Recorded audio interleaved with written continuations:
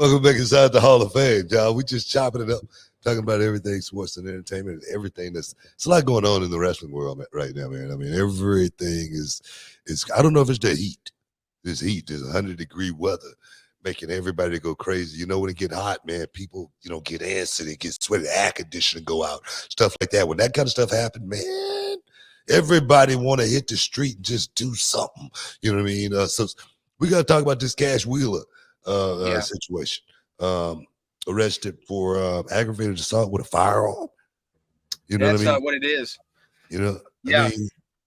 I mean, that right there, that's a serious charge, bro. That ain't that. I mean, and I'm gonna tell you right now, I'm looking at the headlines, all over the headlines, all the stories right now. Cash Wheeler, AEW, Cash Wheeler, everything Wheeler.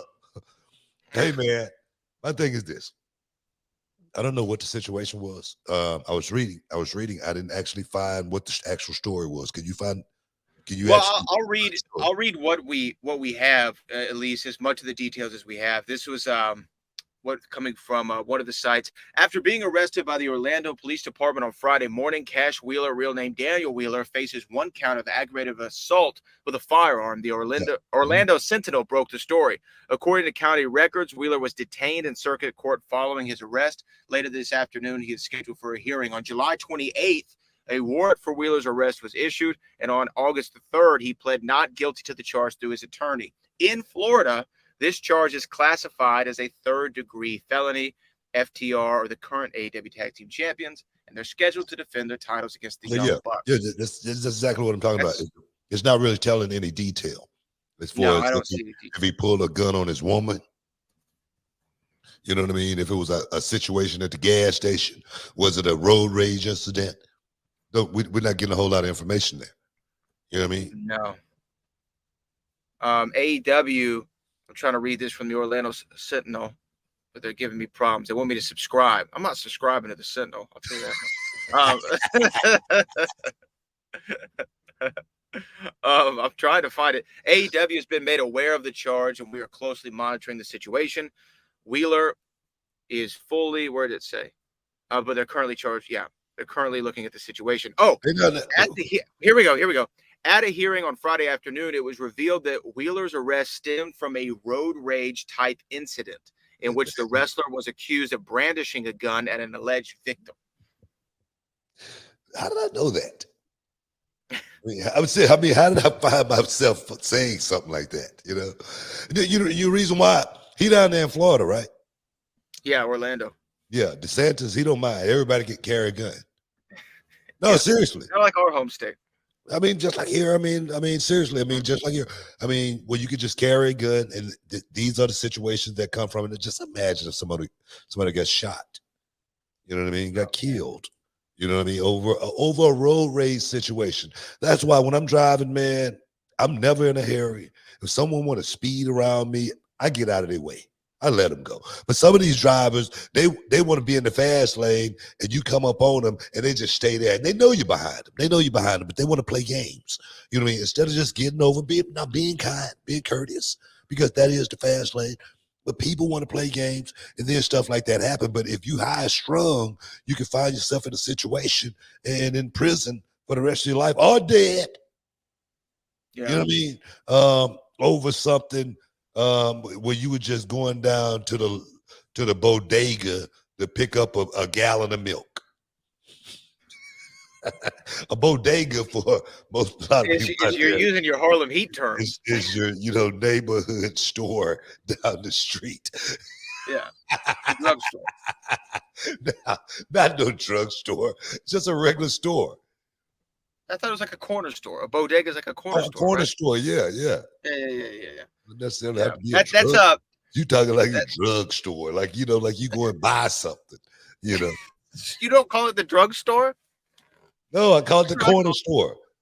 Like if I'm going to Walgreens and say I'm gonna go to the drugstore. No, I don't say that. No, I don't.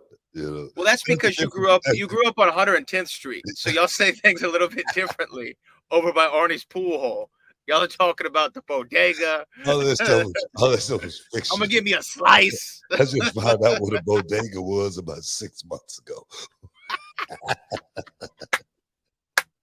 thought it was a handbag.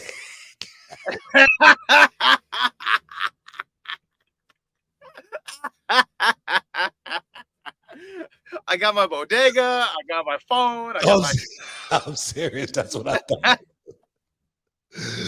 I remember Go ahead. there was a Slick Rick song where he said bodega, and I never knew what it meant for the longest time. Hit the bodega. I was like, I don't know what that means. Sound cool though, right? But it sounds cool as hell, man. Cool. It sounds like you really going to do something when you go into the bodega. We hitting the bodega. That's what it made me feel like when I first heard it. I thought it was something cool. I'm like, man, let me get down to the bodega. You know what I mean? It's the corner store. There's some hottie biscottis at the bodega. Oh, we gotta go. God, man. It sounds like the Copacabana. You know what I mean? It's like I said, it sounds fun. It sounds like you want to get up. It sounds like you want to get up in there quick, you know. So, but you're right about the road rage incidents, and I was actually going to ask you this. And obviously, Cash has his day in court. Innocent till proven guilty, all those things.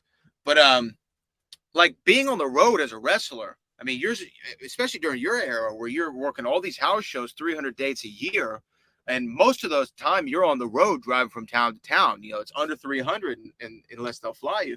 So I'm sure the boys, I mean, getting into a road rage situation could be very easy with just the amount of time that you spend on the road, right? Well, I can tell you right now, I never got in a road rage incident where I had to get out of my car and pull out a gun on anybody in 30 years. Yeah. That just never happened.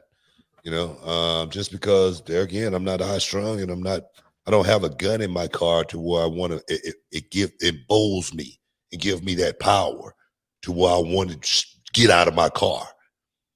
That's the problem. People can say whatever they want to say, but that's the problem. That gun in the car gives you a whole lot of power.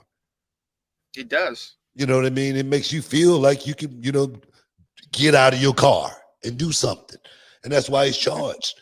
That's why he's, obviously, whatever happened, the incident diffused itself. And but if he brandished it, he got a problem. And and I'm gonna tell you right now, if he's brandished it and somebody got it on tape, like most people do these days, he's really got a problem. So there again, having that power, man, I've never been a gun guy or anything like that. I mean, of course, I have home protection, just in case somebody think they can just run up in here. Yeah, you're gonna get shot. But but I'm not the type to go out and want to carry it in my car or pull it on someone if I get into a confrontation with them. If I get into a confrontation with somebody, hopefully he's a man and I'm a man. If he didn't pull out a gun, I'm not going to pull out one.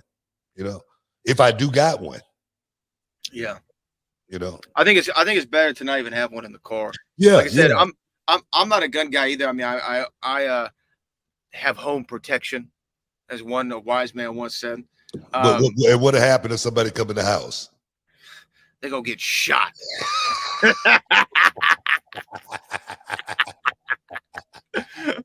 So you looking at me all crazy when I say it. so you gonna do the same damn thing if somebody come in the house. But this is what I want to say. But I feel you on what you said about being in the car, because I for a short time, for a couple of months, I carried it in the car with me, in the glove box, just as an in case situation.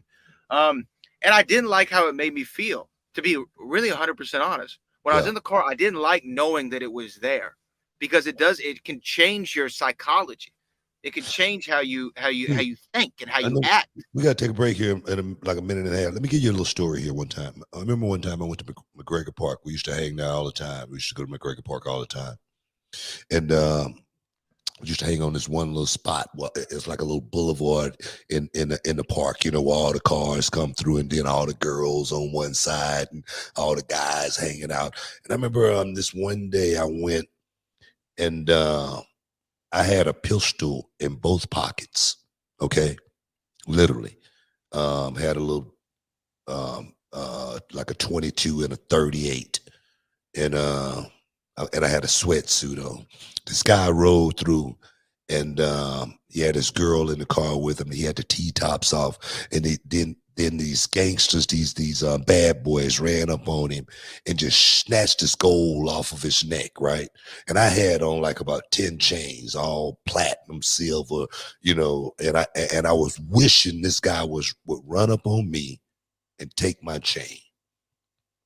And I probably wouldn't be having this conversation with you right now. He would have entered the Gankin zone.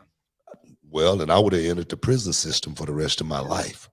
You know what I mean? So that power I had that day, as a young kid, could have been a really, really bad day. Because there again, I had power and I felt like I wanted to do something to the guy who just did something to somebody else.